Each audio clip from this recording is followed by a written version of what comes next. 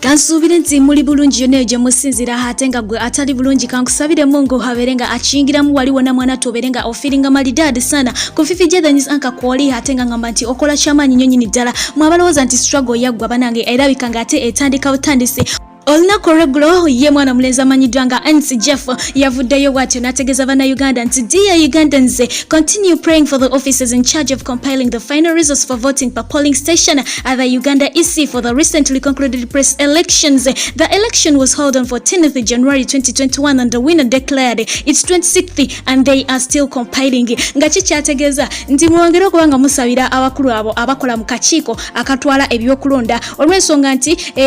bavaayo ne tugamba nti omuwanguzi bamutegedera bwe batyo ne bamulangirira naye okuva lwe twalonda ennaku z'omwezi nga 14 okutuusa kati tebanaba kubanga batuwa biki byava mu kulonda ffe betulinze baberenga batuwa ebiva mu kulonda naye ng'ate singa ojjukiramuko emabegako nakugamba nti aba electoral commission akakiikako bwe katyo kavaayo ne kabanga kabaako results ze kawanika ezo zennyini ezava mu byokulonda ebyaba pulezidenti ne kaziteekayo ku peegi yaabwe ya Facebook naye tezaawangalayo ne bazidiritingayo okuva ne ku olwo tebenyenya ekintu ekitegeeza nti bye baali bawanise nabo bennyini baali tebabyekakasa mu bufunze abantu bano ona captionize agamba nti baluddewo nnyo ebbanga ddene nnyo okuva nga 14 okutuusa kati tukyalinze tulinda ki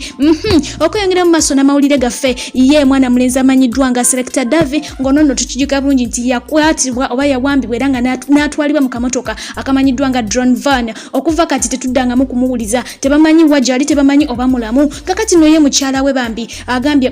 wanyo waawo neetaaga mwami wange era nga kigambibwa nti ono agenze mu kkooti n'agirajanira ng'agamba nti aba gavumenti bamuwa omwami we oba mulamu oba mufu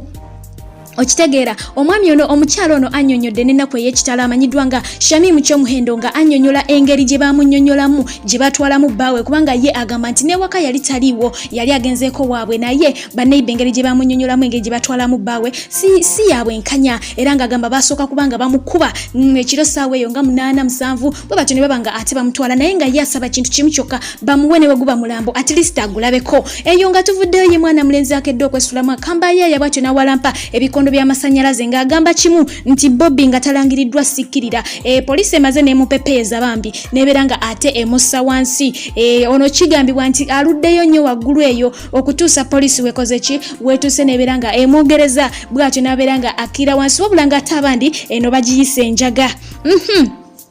okweyongera mu maaso n'amawulire gaffe yeeho omukulembeze eyeerangirira era nga kati yali mu kintu essaawa eno amanyiddwa nga Yoweri Kaguta Museveni avuddeyo bw'atyo n'ategeeza bannayuganda mwenna abalina ebbugumu ly'okubanga mudda ku ssomero naddala mwe ba student aba university biki abagambye musale pressure mukwatiriremuko okumala emyezi wagindaba 3 mujja kubanga ate mutandika okusoma balina ebintu bibagenda okubanga bekenneenya weewaawo wadde bali baatusuubiza nti mu February okusoma kujja kubanga ate kuddamu okubanga kukwajja naye tekigenda kubanga kisoboka era abasabye nti mujja kubanga musoma online merenga keyo mpola mpola bwe banaamala okutereza batereza mujja kubanga ate muddamu kubanga mutandika okusoma okitegeera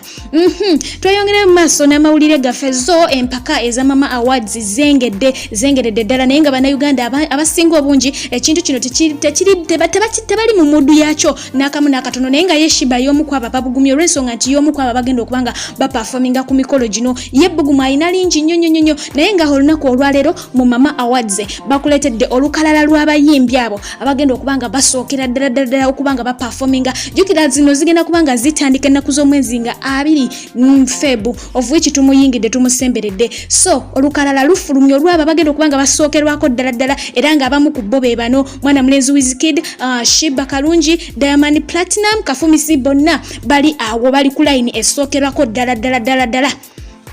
okweyongera mu maaso n'amawulire gaffe yeeho omukulu amanyiddwa nga Pastor Mondo Mugisha yenno kati Gakaba Gakomba era nga wenjogerera eggwanga yali amusedda ataddeko mbirombiro ebigenda mu maaso mu bulamu bwe naye mwennyini tabitegeera era ng'onaagamba nti awulira okutiisibwa okwenjawulo kinajjukira nti bantu bangi bagenze badda mu layini bagenda bavaayo mpolampola ne fulufiga ayavuddeyo n'abaako byayogera naye nga sinaba kubanga nandaga nnyo sooka wewulireko omukulu ono Pastor Mondo Mugisha byayogedde mugana wange balamu nina obubaka buno bwenjagala onyamba ontwale wa president ennaku entono eziyise nayimirizibwa awantu nasangibwa awantu kwata supermarket eruwa eyo nensinkana abaami baali babiri owokusatu nayimira nga bali ebbali naŋŋamba nti bagala kundaba nimbabuuza mwe baane nga sibategeera nga ŋŋamba twagala okukola ekintu kino munookikola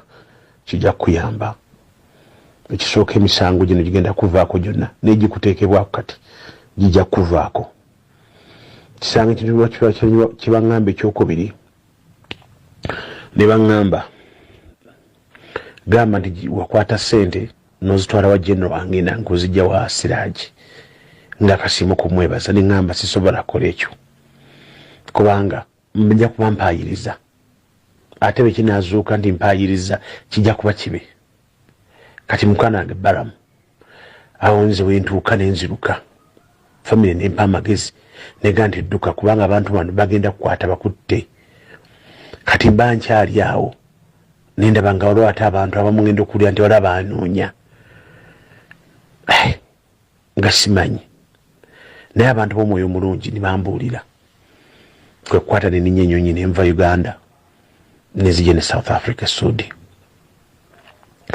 naye navaayo ngaobulamu mwange butiisa kubanga nawe bwe ssaawa 24 oba nkikiriza bemba nkikiriza emisango egyanteekebwako egya conspiracy emisango egyanteekebwako simanyi naforginga covid simanyi something nforginga ntya covid certificate nga sikola Ministry of Health ng'ate ne ku dashboard bagambibwa nti kwendi eya system lwaki tibabuuza ba system lwaki banoonya nze naye ebyo byonna bijja kuzuuka amazima nensaba na Uganda nsaba ne president mukubire omulanga ntagendeko mu ofisi ya Faanina Kalema talina buzibu naye waliwo abantu abamuliko waliwo omwami gwe bayita bangambire tebamuyita Kakuuka bakawuuka simumanyi tandabanko naye ndoza tantifuuzanganyaganako naye bangambye nti ye akwata n'asindikira mukyala weeri bonna bali mu justice yemu you can imagine omwami akwata n'asindikira oli nagamusala omusango kati bina babiŋŋambye olwo ne babimbunyumiza abaami bali ne baŋŋamba gwomanyi nti Kawuka mukyala we deputy wa DPP nemugamba simumanyi mukyala we nagamba kati kazi kankubuulireko mwami Kawuka bw'amala okukwata era yakuteekako ebisango bino yalagira bakwate simanyi bayi consultant bakwate bamala agaba mukyala we n'amukubira essimu nanga ni fayiro eyo giteeke mangu mu kooti olwo process n'etandika ebyo bye bindiko ssebo I don't know what to do. I'm not scared. I'm strong in Jesus' name. Then Mr. President Kukabira, Mr. PPS Mbakabira, there is selective justice.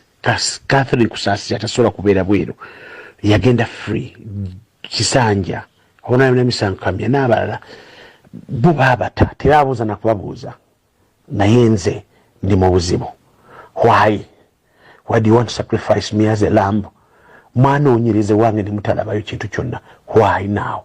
Mr. President, kusavinze emyaka 26. Is this how you should pay me? Mr. President, atulagana mukalu na kusabira. Is this how I should be paid? Nino obulumi tabamu bakosa office ya Faanina Kalema. Nga Faanina Kalema tamanyi nti bakosa office ye. There is selective justice against me. I call upon the president. Nsaba president. Nsaba Fandesale. Banyambe. Banzijeko ekintu kino. I don't want to be. Nina bingi besagala kwogera. Mr. President, twayogera n'ongamba njogere ne night. I have not got a chance. Abantu bano bamanya nti nayogera ne night kubanga bambuuza night ogenda kumugamba ki. Bambulya tebyokugamba night ninga siwa kubikola. Nensaba buyambi. Neyanziza.